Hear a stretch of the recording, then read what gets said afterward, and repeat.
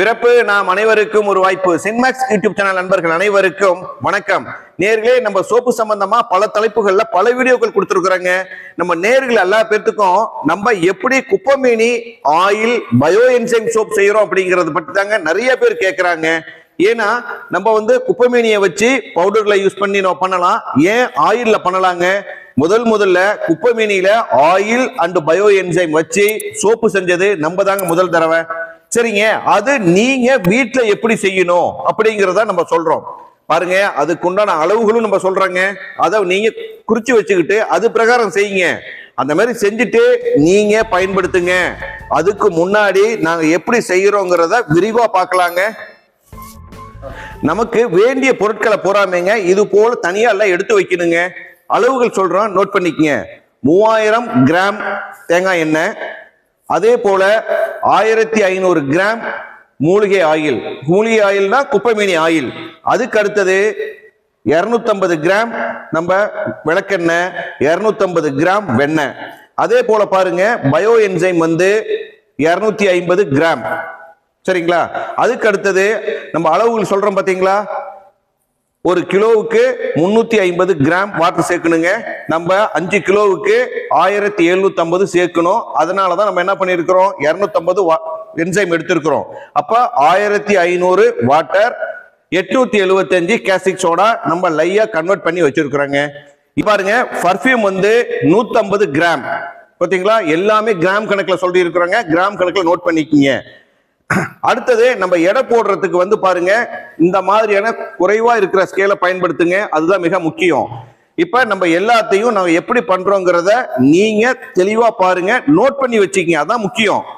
இப்ப பாருங்க, தேங்காய் எண்ணெயோட நம்ம பாருங்க பட்டரை ஆட் பண்ணிக்கிறோம். பட்டருக்கு மட்டும்தாங்க பிளெண்டரை யூஸ் பண்ணணும்.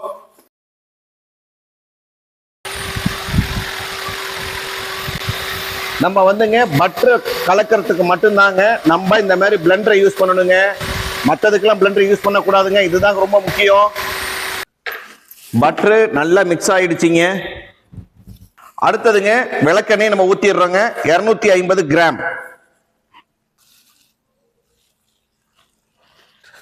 அதுக்கு அடுத்ததுங்க 1500 கிராம் நம்ம குப்பைமேனி ஆயிலுங்க.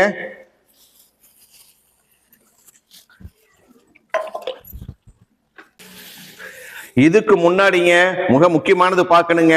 இது செய்யறப்பங்க கேப் போட்டுக்கணும், இந்த மாதிரி கோட் போட்டுக்கணும். எதனால இது சிந்துது பாத்தீங்களா, மேல படாம இருக்கும், கேஸ்டிக் படாம இருக்கணும். அதே மாதிரி நபருங்க கிளவுஸ் போட்டுக்கணுங்க, இதெல்லாம் மிக முக்கியங்க. அதுக்கு அடுத்தது பயோ என்சைம்ங்க 250 கிராம். பயோ என்சைம் ஏன் பயன்படுத்துறோம் அப்படின்னு பாத்தீங்கன்னா, நம்ம குப்பைமேனி பவுடரா யூஸ் பண்ணா நமக்கு 30% ரிசல்ட் கிடைக்குங்க. அதே ஆயில பயன்படுத்தணும்னா 60% நமக்கு ரிசல்ட் கிடைக்குங்க. அதுவே பயோ என்சைம் பயன்படுத்தணும்னா நமக்கு 90% ரிசல்ட் கிடைக்குங்க. பாருங்க, இப்ப நம்ம குப்பைமேனி ஆயிலும் பயன்படுத்தி இருக்கிறோம், குப்பைமேனி பயோ என்சைமும் பயன்படுத்தி இருக்கிறோம். இது மாதிரி சோப்பு செஞ்சது நம்ம ஒருத்தர் மட்டும்தாங்க. அதனுடைய விவரங்கள் எல்லாமே நம்ம கொடுத்திருக்கிறோம். சரிங்களா? நீங்க பார்த்து நீங்க வீட்டுல செய்யுங்க. செய்ய முடியல அப்படின்னா கீழே இருக்க பத்திய நம்பரு, அந்த நம்பர்ல எங்களுக்கு சோப்பு வேணும் அப்படின்னு மட்டும் நீங்க வாட்ஸ்அப்ல தொடர்பு கொள்ளுங்க. எங்களுடைய அலுவலக உதவியாளர் உங்களை தொடர்பு கொள்வாருங்க. மறுபடியும் வாங்க வீடியோக்குள்ள போலாம். ஆமா, நல்லா கலக்குங்க. ஏன்னா பயோ என்சைம் ஊத்தணும் அப்படின்னா அது மாலிகுலர்ஸ் எல்லாம் பிரியணுங்க, அதுதான் இதுல முக்கியம். சரிங்களா? இது எல்லாம் பண்ணினதுக்கு பிறகு நம்ம வடிகட்டிடணுங்க, அது அதை விட முக்கியம். இனிமேல் இந்த மாதிரி பயோ என்சைம் ஊத்துனதுக்கு பிறகு பிளெண்டர் யூஸ் பண்ண வேண்டாங்க, கையில கலக்கினாவே போதுமானது. நல்லா கலந்தாச்சுங்க. இப்ப இதை நம்ம வடிகட்டிக்கலாங்க.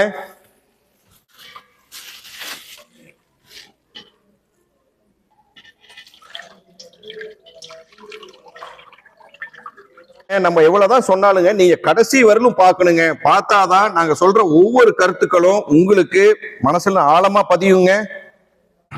இந்த மாதிரி நம்ம சோப்பு செஞ்சோம் அப்படின்னாங்க நம்மளுடைய சோப்போட தரம் மிக அற்புதமா இருக்குங்க. இதுவரையிலும் சோப்பு வரலாற்றிலே யாரும் பண்ணாததுங்க. குப்பைமேனி பயோ என்சைம் அண்ட் குப்பைமேனி ஆயில் வச்சு சுத்தமான தேங்காய் எண்ணெயில பண்ணுறது நம்ம மட்டும்தாங்க. அதை தான் உங்களுக்கு நாங்க சொல்லி கொடுக்குறோம், நீங்களும் செய்யுங்க. வாங்க கேஸுக்கு ஊத்தலாங்க.